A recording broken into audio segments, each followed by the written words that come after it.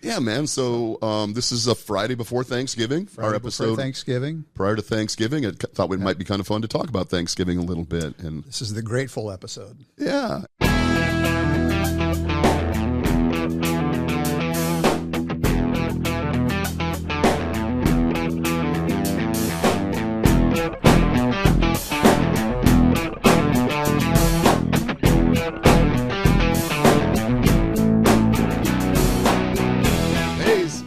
Fletch.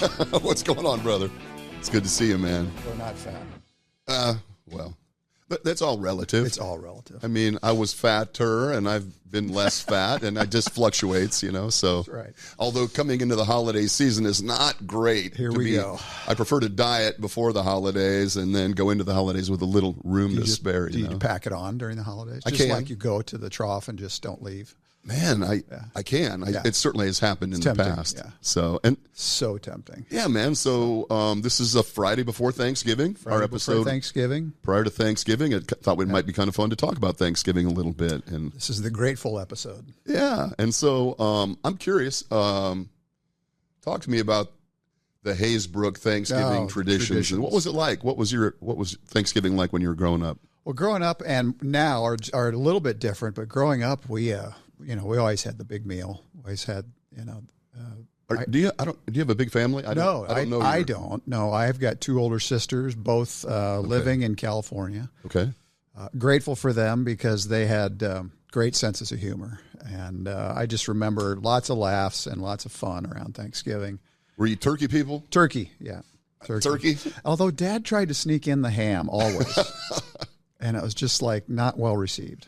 Yeah. So turkey is a must. Turkey's a must. Is it still a must with your family? So our tradition now is, we have a large family, and we try and get everybody home, but they're at that age where it's difficult. They have their own families. Yeah. They have other things going on. So we're going to have probably, looks like 10.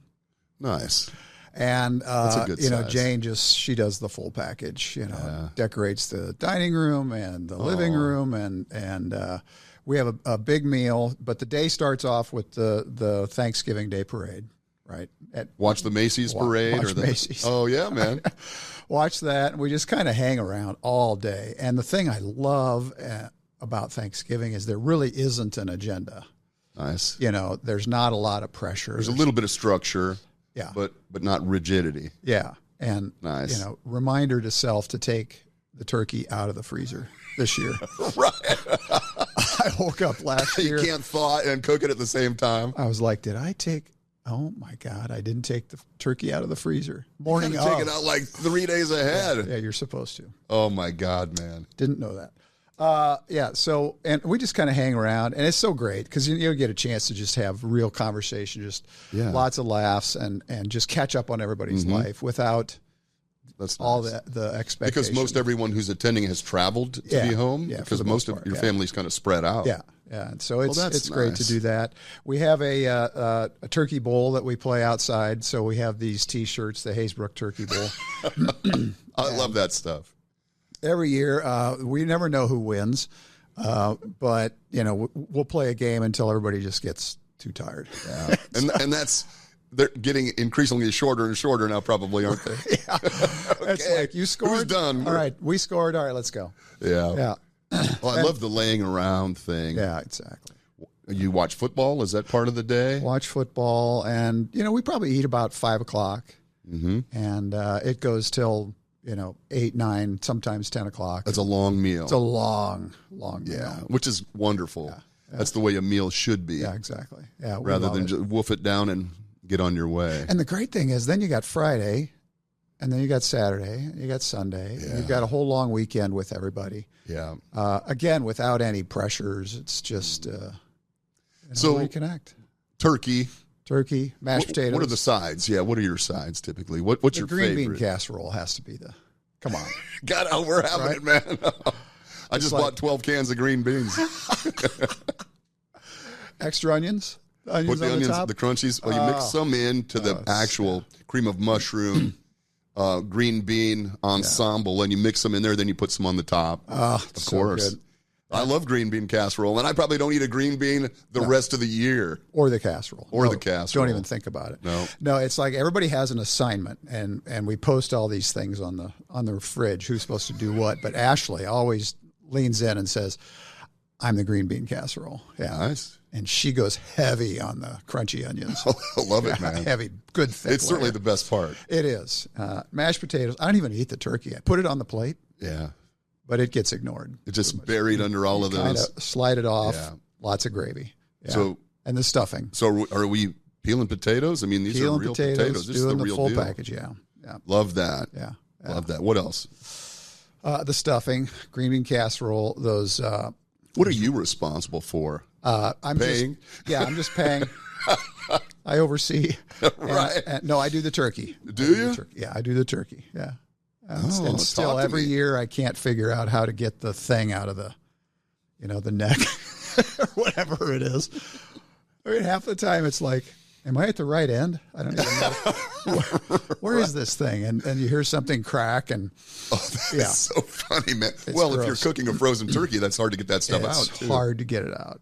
Yeah. That's so funny. And then I jam the cavity with anything I can find, oranges and which just sounds, really inappropriate. But yeah, it's like apples and oranges, I love that. onions. We'll put all sorts of fruits, some vegetables in there. And then are you cooking it in a roasting pan? Or are you the guy that drops it into the boiling oil? Not the fryer, no. Haven't ever tried that. It sounds dangerous to me. Yeah, I'm not sure I'd be capable of doing that. I used to cook the turkey, and I used to do that in a bag, an oven bag. My mother-in-law showed me how to do that. You buy one of those oven bags that sits in the roaster. You can fill it, put a little bit of flour in there to keep it from sticking, and then you throw your celery and carrots or whatever, your fruits and stuff cut up in there. You throw it in the bag? Or put it in the bag. Inside the turkey? Mm-hmm. It's just the turkey kind of sets on top of it in the bag, in the roaster, in the oven. And it actually is pretty decent, but I hate to admit it, but we have resorted to purchasing the meat. So it's pre-made? Pre-made. So they show up at your door? No, I have to go pick it up on Wednesday. We get like the honey-baked ham. There's a honey-baked store in Omaha. Because we are a split family in that respect. I mean, much more intense than Republican Democrat. We have ham people and we have turkey people. And so we have both. My dad hated turkey. So growing up, and I have a small family, my brother and I, and my mom and dad, the four of us typically, unless we went out to my uncle's house or something. And my dad hated turkey, so we would typically have ham. And he didn't like ham. He liked beef. My dad was raised farm kid. Yeah. He liked beef. But if we had to have something else, it would be ham. It would be ham. Or fried chicken. He liked fried chicken that was fried in the skillet, on the old-fashioned way. Not on Thanksgiving. Oh. So the ham, though, I mean, the good thing about the honey baked is like you can eat that crust. That's so good. Oh yeah, delicious. Yeah. The rest of the ham is just like no. But I'm not a fan. Well, see, you're a ham guy. Look at me. Yeah, I like them both. But my boys are ham guys. They do not like the turkey, and it's probably just a reflection of my inability to cook a good turkey. Yeah. But so we have to have both. So on Wednesday, I am going to be in line with 400 other people at the honey baked store, picking up the meat. Do you on the potatoes? Do you do mashed potatoes? Yes, we do. Do you make the pool and then the gravy in the potatoes, or you just do gravy all over everything? Like in the drippings from the because we don't have you put the potatoes on, and then you take the ladle thing, and you push it into the potatoes on your plate. Make a pool. Oh, I see what you're talking about. Pour the gravy in the pool. Yeah, I like a pool. Yeah. And are you food can touch or food can't touch? Oh, food is well, I mean the plate is like the trash can lid. Yeah. But everything is touching because usually the plate's full, man. So. It's like my daughter-in-law, hysterical. Everything has a compartment, and when that food touches, it's like Armageddon. Yeah, it's like forget it, I can't eat it. Doesn't like it touching. So with the gravy, it's going to roll out. It's going to touch something. In fact, I have layers. It almost looks like a 7-layer dip because usually there is the meat. The flat stuff goes, but we'll have Tanya will make. Actual peeled potato, mashed potatoes and gravy. Yeah. We do the green bean casserole. Yeah. She makes something called corn bake, which is kind of like, what's that? It is creamed corn, whole corn kernels. It's got it's a casserole. It's a casserole. Oh, okay. It's really good. Sounds great. So she'll make that. My boys like that really well. Fruit salad, no way. Not fruit salad. I think we're having yams. Oh, where you put like that's right, the brown yams. Sugar and stuff, kind of marshmallows, kind of melted over them. Yeah. I'm really excited this year. Both of the boys will be home. Nice. So Nick is I think today's his last day of class. He has all next week off. Nice. So he's coming home tomorrow, and Kent is actually home right now. He just came into town a couple days ago. And then my brother and his whole family are coming. So my brother and his family live out in Colorado. Oh. So Dave and Kelly. Yeah, nice, yeah. Their 2 sons. One of my nephews is married and has 2 children, so they're all coming. They're all coming? How my cool mom, is that? So we're going to have 14 people in our... How old's your mom? My mother is 87. Nice. Yeah. Yeah, you think about stuff you're grateful for. I was sitting with my mom last week. She's 92. And she's dissecting the Nebraska-USC game. And she's like, I don't understand this call on this play. It's so frustrating. Why can't special teams not catch the ball inside the 10? And I'm sitting there going, she's 92. That's remarkable. I'm grateful for that because she's got a great sense of humor, but, still to be lucid and having fun and enjoying life. Absolutely. It gives us all hope. So So she will be in attendance at the Thanksgiving? No, she's not. She doesn't travel much. Okay. And so where does she live? She's in Lincoln. Yeah, she lives in Lincoln. Okay. Yeah, so she's having a nice. We're going to go down there on Saturday for the football game. Oh, good. And we visit with her before the game, and then if we lose, we just go home. We don't go. We don't go after. It's just too depressing. She's not big on commiseration. No. But you think about stuff like that, and having your mom there, you kind of look around the table, and maybe at our age, you get a little melancholy, just like look at this. Mm-hmm. I mean, my boys are home. Yeah. And they're healthy and they're happy, and mom's here, and all the work and everything that goes into the food is kind of reflective of the relationships and the people around the table. And that's kind of what makes it so great. It is. Yeah. I didn't, certainly I think my level of gratitude and my perspective has changed, obviously, as we have aged. I was going to say matured. That's not the right choice of words, but aged. I really enjoy just the presence of family, just the feeling of, and I'm really looking forward to this Thanksgiving in particular, having the entirety of my family, my immediate family present, which I don't think we've had for quite a number of years, so I'm looking forward to that. It's just so great when you ask people, well, hey, what are you grateful for? And, I think universally it comes down to something like that around family. Mm-hmm. I would imagine. Yeah. Do you guys do anything like my wife's brother, my brother-in-law, Aaron, is a very faithful man. Family is so important to him. And if we have had Thanksgiving with his family on occasion, but we always do some kind of, what are you thankful for activity where you go around the table. And we don't normally do that with my family necessarily. We'll say a prayer, maybe a small, we're really happy everybody can be here kind of thing. Yeah. But with Aaron's family, we go around and he's really good about that. Are you surprised at what some people say? Yes. Yeah. Absolutely.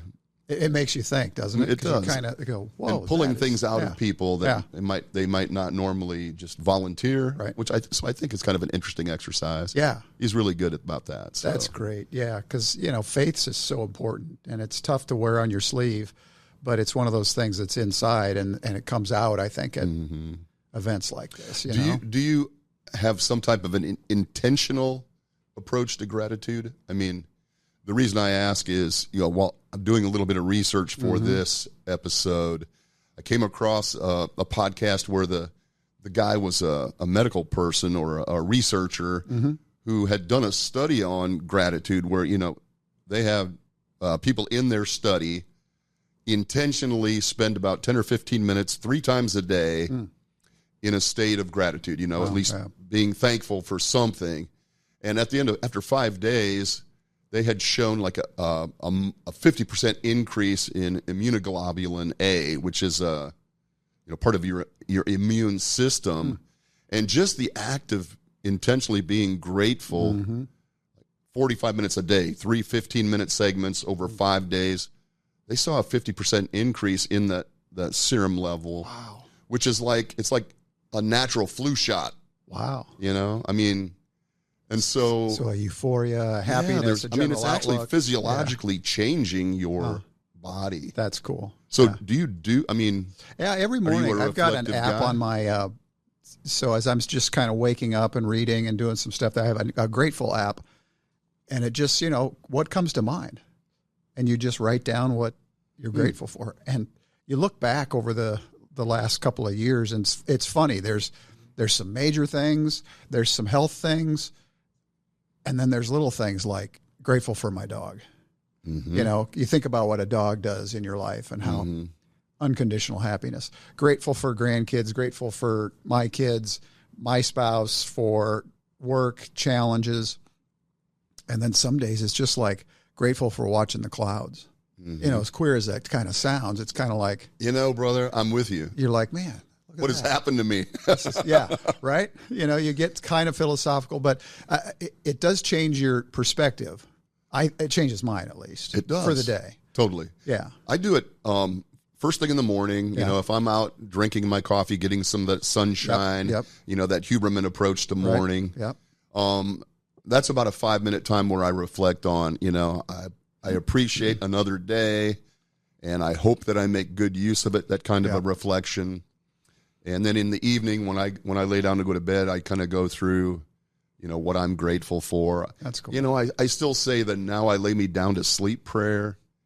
I probably think of it differently than I did when I was 3, Same principle, though, right? Same principle. But that gets me started into kind of a prayerful mode, and then whatever comes from there. But it's usually like you. I'm thankful for my wife, my children, this incredible life that I probably don't deserve, and all of those kind of things. And it works. It works, man. It's interesting. It works, and yet it's so simple. What about? I mean, I was mentioning to Dylan, the producer, earlier. I go into so many different workplaces, and I interact with hundreds of people. You probably do as well. You interact with lots of people. And one of the things that I notice, and these are people that work for a living, blue-collar folks, I'll say, hey, how you doing? And I get the, how's it going? It's going, or living the dream, or, one of these other Eeyore responses. And I pick up on that because I think so much of gratitude is just attitude, right? I mean, you don't have to be grateful for, if you don't have $1 million in the bank, you can be great. Like you just said, you can be grateful for things like your dog or the clouds, a beautiful sunny day. I mean, it doesn't have to be these huge monumental things. I mean, grateful that I can get out of bed in the morning, where many put one can't. foot in front of the other, and I think fate is a big part of our lives. I just really believe in that. But when you start speaking it to the world, the things that matter to you start to happen. No doubt. And that's a great observation. This is going to be, kind of woo-woo, but before you and I reconnected, I was having coffee by myself at this shop, and I was like, you know what? I need to reconnect with some of those friends of mine from years and years and years ago. And just speaking it like, where is everybody? I got to put it on myself. And then you and I just doink. It was like, okay, this is I totally weird. Believe that. And I was so grateful for that because it's just opened up all sorts of stuff. Yeah, man. It's cool. I bumped into, I was at the gym the other day and I was walking around. They have a little track that goes around the perimeter of the gym. And I'm walking and some big lug starts. It's a one-directional track, they rotate it so that us old people don't like blow out a hip or something. I think, every other day it's a different direction, Right. But I'm walking and this big lug starts walking toward me and I'm thinking, this dumbass can't read the directions. And it was Dan Sweetwood. No way. Who was a year behind us at Westside. Yeah. And who I used to know pretty well back in the old days and hadn't seen for 45 years or whatever it is. And he recognized you? He recognized me, and immediately I recognized him when I started to like get defensive and get into my defensive posture. Here we go. And we walked around that track for probably 30 minutes, just catching up and talking about old times and the guys and, his group of friends, our group of friends. I just enjoyed it so much. Isn't that great? Yeah. It was really great. Yeah. And so when you're open yourself up to be grateful for little things and big things, and then you just start to wonder, I just think things happen positively. No doubt. Now, the Eeyores you're talking about, those are the folks, they unfortunately have their head down. They're just like, oh, well, I'll just go through the motions and go home and drink a 6-pack and go to bed. Maybe that's their joy, but there are ways to just, I think it starts with little tiny things that build into big things. I think so too. But I think of them are dead ends, but some of the things that you are verbalizing or envisioning, actually, it's like it happens. I mean, you can manifest those things, maybe not hitting the lottery. And I think that's the wrong thing to be trying to manifest. Right. Yeah. But like you said, rekindling old relationships or, I had that same, this sounds really whatever, but I've really enjoyed the fall, just looking at the trees and the leaves changing and stuff. And I'm like, what has happened to me? But I really appreciate that stuff so much more than I did when I was going too fast with my, not taking time to look around or whatever that is. Just run, doing whatever. So, just, it's so funny, man. It is. and you get a little philosophical about it. You do. Maybe because we have a little bit more time. Yeah. But you look and say, okay, what would 45-year-old, Fletcher Hase be saying? Yeah. And what would 25-year-old us be saying? Could you go back in time and maybe change things a little bit? I don't know. I'm not Or should sure. you even? I don't have any regrets. One But one of the things I'm grateful for is this evolution of my perspective on things, And it was slow coming. I was very slow to mature. Those things were always kind of stunted in me.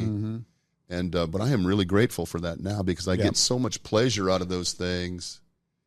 That you used to see your grandparents talk, and you're thinking, what's wrong with them? Right. Yeah. But once you reach that point, to be able to find I remember during COVID, and I brought some of these what do you got? Well, you're probably familiar with some of these, the Daily Stoic. These are books of like daily meditation and reflection. Two of them are my wife's. She sent them along with me. The Runner's Book of Daily Inspiration, and then Pocket Full of Miracles. They're just dailies. But during COVID, when I didn't have any work, all of my clients canceled, and I'm sitting at home thinking, oh my God, I'm gonna have to get a job, right? Somebody recommended the Daily Stoic to me. I started reading those. I used to go out in the front yard and lay in the grass with my dog beside me in the summer, of course, on the grass, look up at the sky. That was some of the best. Yeah. My neighbors would drive by and think, oh my God, he's had a heart attack. They'd see me laying in the front yard. He's down. Yeah. Thank God they're moving, but I loved that. It's all perspective too. Yeah. Love that time. But these are, if you're having a hard time getting your head around gratitude, I think these books can be really useful and kind of. Should we put them in the notes so people? Yeah, maybe. Yeah. There's all sorts of them, but I do really like, the Daily Stoic. It's not always. Stoicism isn't always about being ecstatic. It's not this manic, depressive, this roller coaster thing. It's more of, this kind of steady state. Yeah. Nothing gets you too high. Nothing gets you too low. Yep. It's like, Jocko Willink, the Navy SEAL that has, taken over the world. He has a commentary about when people that were under his command would call him with challenges. Oh, this has gone wrong, or this is happening, thinking this, and he would always, his comment would always be good. this is an opportunity, right? I mean, to test our mettle or to overcome something. So it doesn't always, like you were saying, it doesn't always have to be these great things happening. They can be challenges that you confront and overcome, or, you know, or maybe they lead you to a different perspective. You know, I invited our buddy Dan Ferris to come and join us today. And unfortunately he got called away for some work stuff. But when we were just talking about this on the phone, hopefully I can share this, but he had a medical issue 5 or 6 years ago. Maybe it's been longer now, but it was really challenging. I think it was actually, you know, touch and go for a while, you know. And he overcame that. And when I said, hey man, you want to come on and talk about gratitude? He immediately went to that moment and said, that changed everything for me. Yeah. Wow. You know, that changed my perspective on everything. It really does. You know, when you come that close to like severe trauma, I mean, you do. And if you come through it, or it's a loved one or something, I think just gives you a greater appreciation. You would think so. And like my granddaughter, Lucy, was born with a severe defect that she had in her stomach. And you talk about touch and go. Oh, man. We would drive up to Minneapolis to see her, and she was in the neonatal intensive care for, 6 months. Yeah. And there were a couple of times where the doctor had said to our son, just said, you know, if there's people nearby, you might want to have them come visit. Yeah. Oh, I'm so sorry, Oh, my man. God. So we're driving up there just like, okay, here we go. You know, God, what are we going to, what's in store? All of a sudden, she, just the strength of a tiger, comes through this thing, a number of surgeries. She turns, I'm forgetting now, 5 or 6, and she is healthy as a horse. Oh, fantastic. And she's the little miracle girl. But you look back on those days and you kind of go, wow, what is this all about? Days, man. Yeah. Right. What's this all about? You know, am I going to be grateful that I spent 2 more hours in the office working, or probably not. I know. Am I grateful to be standing here and she's healthy and happy? Yeah, absolutely. No doubt. I think we all need perspective. Yeah. From time to time. I tell my boys this all the time. I text with my sons fairly frequently. The 3 of us are on a text group, whatever you call it, you know. And periodically I'll run across a YouTube video or something that is meaningful or inspirational. I'll text it out to them. Then we'll have a little conversation about it. And, you know, it's always, it amazes me how insightful they are for young men, 26 and 24 respectively. When I was that age, you know, I was just a meathead, you know, and they're evolving. Yeah, it's amazing. I sat in on this thing. I met a guy. His name's John Foley. He's a Blue Angel pilot. Wow. And he gave a talk at this deal I was at, and then I spent some time with him after. And you know, these guys are as disciplined and smart and focused as they come. But one of the interesting things they do, and I think there's a Netflix documentary on the Blue Angels, that part of this goes through the pre and post meeting that these guys do. And I'm going somewhere with this. It's like, land the plane, Mark. And it's like, so he said, you know, you see the stuff we do and all the tricks and the this and the that. But he said it all starts with the pre-meeting. And the pre-meeting is us sitting around a table, and we go through every single turn, evolution, speed, height, everything. And by the way, do you know how close these things get when they fly? 16 inches. Oh my gosh. I mean, at 700 miles an hour or something. It's nutty. But the precision. Anyway, so they go around the table, and then they'll say, okay, Fletch, when we do this thing and that thing, you know, you got to make sure you do this. And then Fletch would say, my responsibility is this. And he visualizes it. And then he ends with, glad to be here. And every guy goes around the table and says that, glad to be here. They do their show, then they come, they land. Wow. They get out of the plane. What'd you do right? What'd you do wrong? Glad to be here. And so they end everything that way. Interesting. And it's cool because it's like These guys are extremely grateful to be the best of the best. Right. And they realize there's a razor's edge between. But that is an intentional act of gratitude. Intentional act of gratitude. And that's what really he talks about, and he just tells everybody, you know, whether you're working at the drive-thru, or whether you're a teacher or a pilot or an engineer or a consultant, glad to be here. You know, because you're doing what you're meant to be doing. Right. You know, and you're enjoying life. So you're sitting there in the emergency room, or you're sitting there at the conference table or around Thanksgiving. It's like, you know, glad to be here. This is the journey. Right now. Like the Stoics would say, the obstacle is the way. Yeah, cool. Yeah. You know, that, you know, don't avoid it. This is the journey. I mean, you know, amor fati, you know, love your fate. Good and bad is going to happen in all of our lives. And, you know, I'm sure that in those dark moments where you're questioning your faith, you're questioning God, if that's your thing, you're questioning a lot of stuff. The other side of the coin is I'm not sure we celebrate the stuff, the good stuff, enough. That's a great observation. You know? It's like we always go towards the, you know, and as Midwesterners, I think there's that, you know, like you think about it, somebody goes, Fletch, man, you're looking good. Well, you know, I did have a piece of chocolate cake last night and I'm kind of heavy. You immediately just kind of, or somebody goes, hey, congrats. Well, the weather sure is nice. You know, I didn't deserve it or whatever. You know. Yeah. Right. So I think lucky.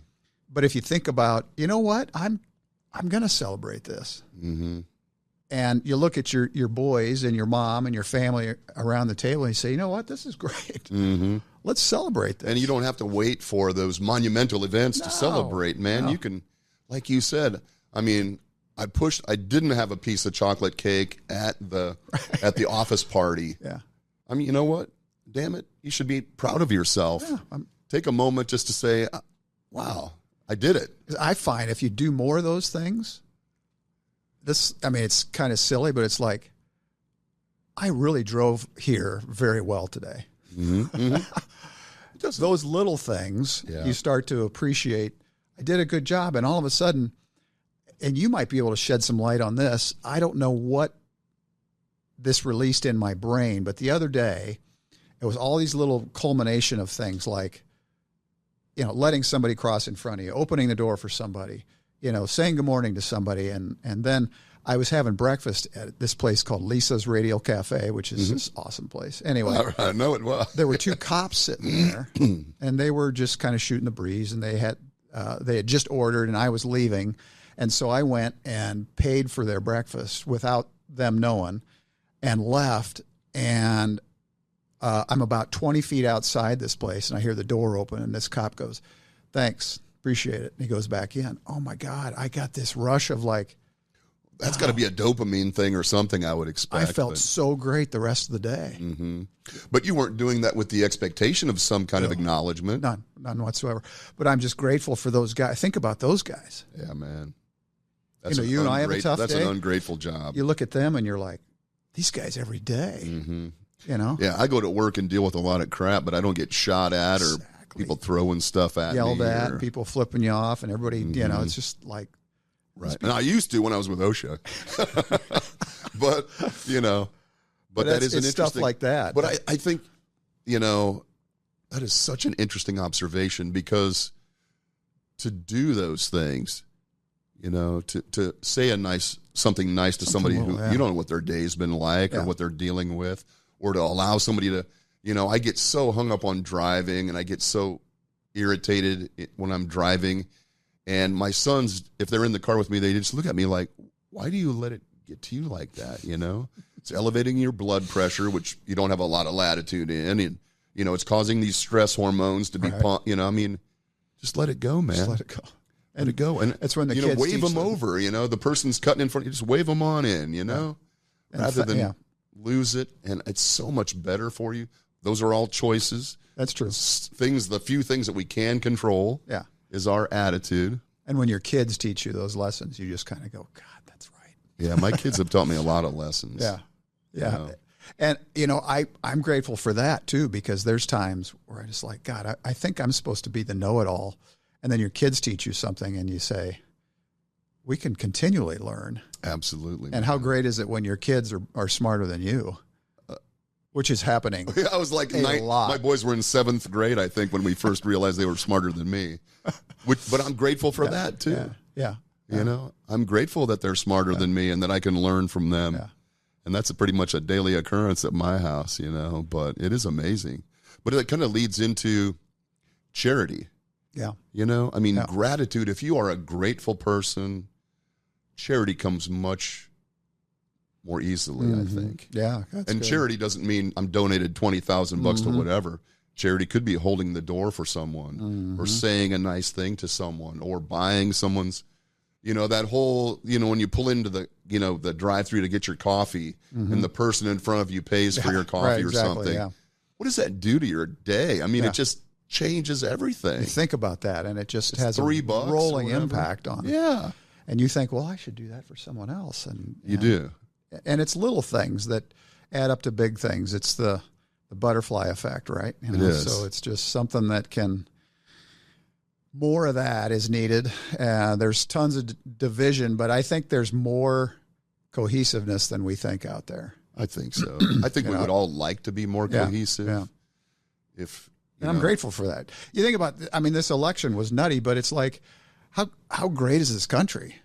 People voted and, it happened. Democracy happens. Yeah. It is a pretty amazing thing, man. So it's easy to point out the negative. It's easy to find fault. Always. It's so easy to do that stuff, but it's just that negative energy just really takes a toll. Yeah, when somebody just goes, oh, well, that guy, he doesn't know what he's doing. He said, well, then why don't you run? That always shuts him up. Well, I'm busy. Okay. The reason I don't run is multifaceted, but one of them is, can you imagine somebody going through your business, like going through your history? Does anyone have a history that can hold up to that scrutiny? Nobody I know. I am grateful no one's done that. Oh, my God. Like what just happened to Gates, that attorney general nominee. Yeah. And, all of these horrible things brought up, whether they're factual or not, I have no idea. But it's raked. Yeah. I certainly could not. I could not hold up to that kind of scrutiny, man. So politics are out for me. But you think, grateful that you started your own business too. I'm so think grateful. of that. Yeah. Doing what you're doing did professionally. You look back on it. There's forks in the road for everybody, and you you were at that point. Mm-hmm. I was at a breaking point, actually, and emotionally. And so, what happened? You decided. Yeah, but I made a choice. Yeah. And it has turned out to be great. And but as I tell my sons, they are in that searching mode. They're at that point in their lives. They're searching. Yep. They're trying to figure it out. And I told I went through. I don't know. I worked for. I don't know what it was. 27 years before I took the initiative to start my own business or whatever it was. Mm-hmm. Wow. Yeah. A long time, kind of doing the 8 to 5 thing that I always knew wasn't quite right, but it was paying my bills and there were good days and bad days, so it doesn't have to be tomorrow. No. It's just it's the challenge of starting. It's like the book you gave me. Yeah. It's one track at a time. Yeah. Right. Just take that step. Yeah. But you have to look back on that and say, wow, did I do some things wrong? But look where it's brought you and the freedom you have. Yeah. And so do you go back? Do you look back on your life and say with regret, I should have, or I wish I would have? I hope most people don't do that because hopefully it has led you to a place like you and I. We're both very fortunate, and extremely grateful to be where we are. And if you would change that, we would be in a different. We'd be in a different destination. I think it's healthy to look back and say, what would I have maybe fixed or done differently? But no regrets, because for me, living with regret is just a waste of time. Yeah. And I look at everything I've done as just kind of family, friends, health. Yeah. It's all building blocks. Yeah. And no doubt, here we are both at 65, kind of going. When was your birthday? Last week. Was it? Happy birthday, man. Thanks. I knew it was November, and I didn't know the date. Oh, congratulations. It was you great. You made it to 65. I made it. It's pretty amazing. Funny. You know, by the way, side note, we went to the new Jocelyn, which I've been seeing was being built forever, I guess. 10 years or something. And so they've got this whole new wing of modern art, which I don't understand modern art. There's some stuff in there that the Schrager family donated, and he collected tremendous. Just stuff out of the house. Oh my God. It's amazing. But you talk about interpretation of things. You come around this corner, and there's a painting on the wall. It's as big as this wall behind us, and it's solid black. And that's it. And that's it. That's it. And you stand there, and there were two people standing there going, "Oh, interesting. This is fascinating. Look at the conceptualization of color." And I'm looking over at Jane, and she's looking at me like, "What?" And you get up close to it, and it's just black paint on canvas. Mm-hmm. And come on, Mark. Yeah, don't you get it? All right. Philistine. Yeah. And you kind of go, okay, well, I guess that's how some people interpret. I took a picture of it. I sent it to a friend of mine. He goes, "I hate to break it to you, that's a blackboard." It wasn't, but it was a painting for sure. But you kind of go, okay, well, I'm just grateful I had a chance to see this stuff. And that there's people like that collect that kind of art. Mm-hmm. And then at their life's end, they just say, you know what? I'm not going to sell this. I'm going to give it. Mm-hmm. And you two idiots can go in and figure out if you like this stuff or not. Yeah. You know, that is a pretty amazing thing to be able to, because, it's incredible. For people that donate those things, with no expectation of some financial gain. Yeah. Just so other people can see it and perhaps enjoy it or interpret it, whatever. Yeah. Omaha is a very generous community. It is. I mean, it's mind-boggling. I'm grateful. How was the Jocelyn, man? Was it awesome? Yeah. It's, if at first you go in, it's a super modern building that doesn't seem to jive with the old pink marble granite thing, So you've got the old works. Still there. Oh, yeah. So this is just an expansion. It's an expansion. Okay. Yeah. And this modern wing with tons of natural light and this beautiful woodwork throughout the whole place. It's like two different buildings. It's so well done. I mean, high quality. That would be exceptional. All private. That would be a great activity for the family. It would. I think. Can I get in? I mean, when you say free. private. I mean, the thing is free. So they set up this endowment. You don't have to pay to get into Jocelyn? You do not pay to get into the Jocelyn. Wow. I think it's got to be the only one in the country. That's amazing. And it's free always. And so, you can wander and just lose yourself there. And I think it's one of those great things that a community, as you look at it and you go, who are these people that have this money, that are this generous, and how grateful I am to just be able to walk through this thing. Right. To get a chance to look at any of that stuff. And you look at like what they did with the riverfront, which was kind of the dumpy, really worn down thing. Private money, $350 million. And enough money set aside to keep it that way for the next, 25, 50 years. It's incredible. Yeah, it is incredible. It's amazing. I don't aspire to be wealthy, but you think if you were wealthy, what you would do. Yeah. I have a good friend of mine who he and his wife are incredibly charitable. They do some pretty impressive things with their money. Mm-hmm. And I think, wow, if you were in that position, that'd be pretty cool. Oh, if you were one of those original Buffett investors that is worth $800 million. Totally. I mean, a great example of that is, not to name drop, but Scott and Cindy Hyder. Yeah. His dad was an original Buffett guy, and Scott's a smart guy, but he also is unbelievably generous. Isn't that?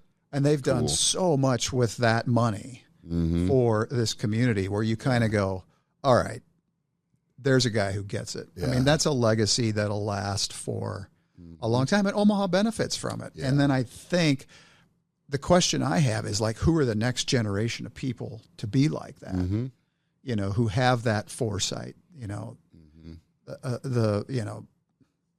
the Yannies and the Hyders and the Stinsons, the McCarthys, all of those. There are some pretty incredible so families. Now who's the next gen? Right. Who are the 30 and the 40-year-olds coming up that are going to be the folks to carry that on? They're out there, I think. I'll bet they are. I think they've. And I think those people laid the groundwork, and the next gen coming along, again, our kids and the kids will be so grateful to have people like that in their lives, because it's like, where'd the money come for this building we needed, or the education program, or the whatever? It is pretty amazing. Yeah, it's cool. That's cool. So let's get back to Thanksgiving dinner. Yeah, absolutely. What's dessert? Apple pie. Apple pie. Yeah, with a big, huge scoop of ice cream on top. Ice cream or not Cool Whip? No, I usually synthetic? just take the shot of the whipping cream in the kitchen, and then bring the pie out. Okay, you're just hitting off you're actually like you're getting high off of the apple pie. We have pumpkin pie. I have never been a pumpkin pie fan. It's something about the texture. I don't know what it is, but love. Even if my eyes are bleeding, I've been eating too much, I'll still choke down the apple pie. Yeah, that is an interesting comment, because that leads us to this addictive. Yeah. I listen to a lot of the nutrition people talking about, you can eat what your body needs. So say you're eating like a ribeye steak, protein. Yeah. I eat 2 ribeyes and somebody slides another ribeye over and I'm like stuffed, right? I'm satiated. I've had enough. My body is telling me that it is done. And then that pie slides onto the table and I'm eating it. It's not because I need more nutrition. Not at all. It is totally addiction that I know what that is going to do to my, so true. And that's Thanksgiving for me. Yeah.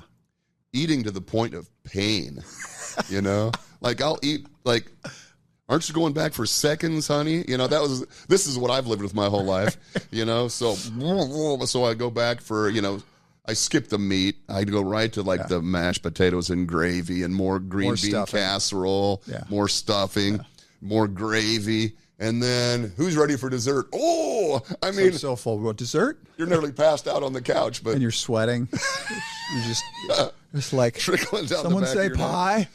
Yeah. Oh, yeah. I can take a piece of pie right now. Just have a small sliver. That's so I don't want funny, you to feel bad.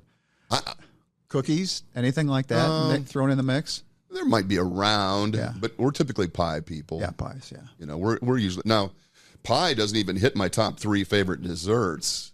Interesting. I am a carrot cake, bread pudding guy. Those are my 2 favorites. Bread pudding? I love bread pudding. Like caramel bread pudding. Remember the Garden Cafe? Yeah. Like back when it was the Garden Cafe. Yeah. They had great bread pudding. Really? Oh, I love bread Never pudding. Knew man. that. Mm-hmm. You're kind of British that way. I think so. Yeah. I think that's where my people are from. My people. Some tea. There must be something in there. Yeah.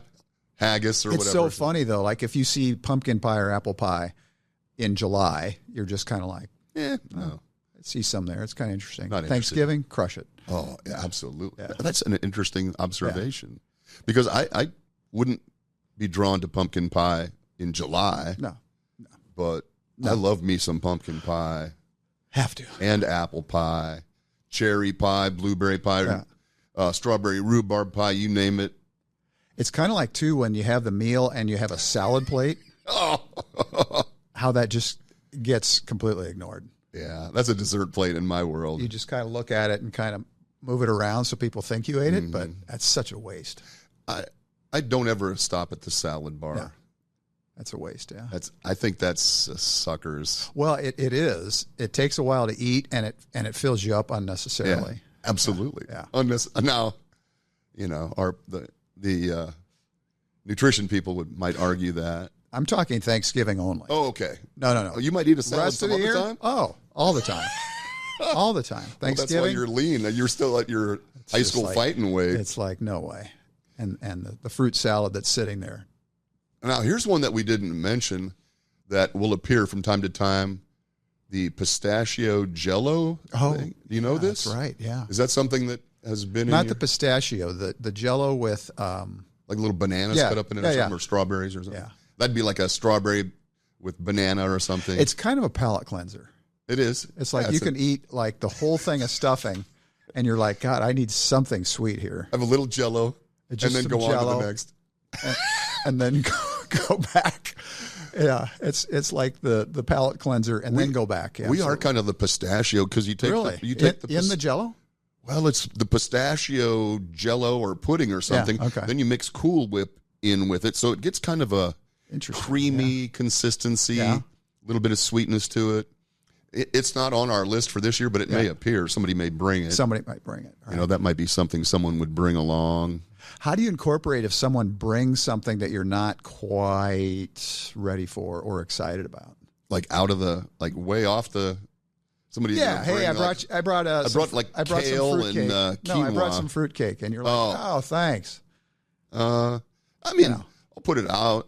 You know, my wife would certainly put it to the back because there is a, you know, there's a sequence of event. You know, my wife is very meticulous in that, you know, the way that you lay the meal out to be served, because it's kind of a buffet style service, you know. You just go around and you slice the fruitcake up, but it's sort of in like the northeast corner of the Yeah, but now that being said, my wife and I think my mother like the cranberry. You know, that blob of the thing that comes out of the can. Exactly. Comes out of the can onto the plate and just wiggles there, you know.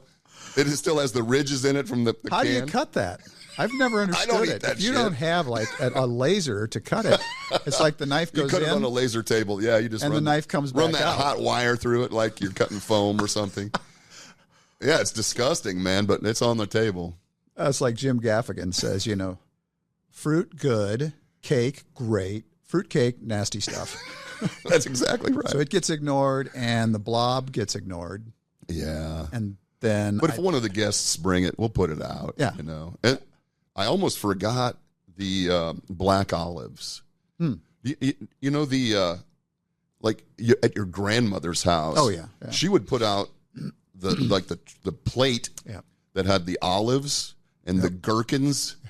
Remember, and maybe some carrots or something or whatever. Yeah. You know, that whatever you call that shit. You know, the little vegetable tray or whatever. What is that called? But like the charcuterie thing? No. Kind of like that. Yeah.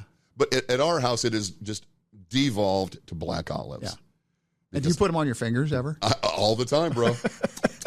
I love black olives. So good. And my son Kent loves black olives. Yeah. So, and my nephew Derek, who will be there, love black olives. Black olive time. So we have 3 or 4 cans of black olives. I forgot about those. I mean, in the morning, we make the little cocktail hot dogs with barbecue sauce. Oh no! This is before the meal. Really? Yeah. And our kids. So when you're watching the Macy's? Yeah.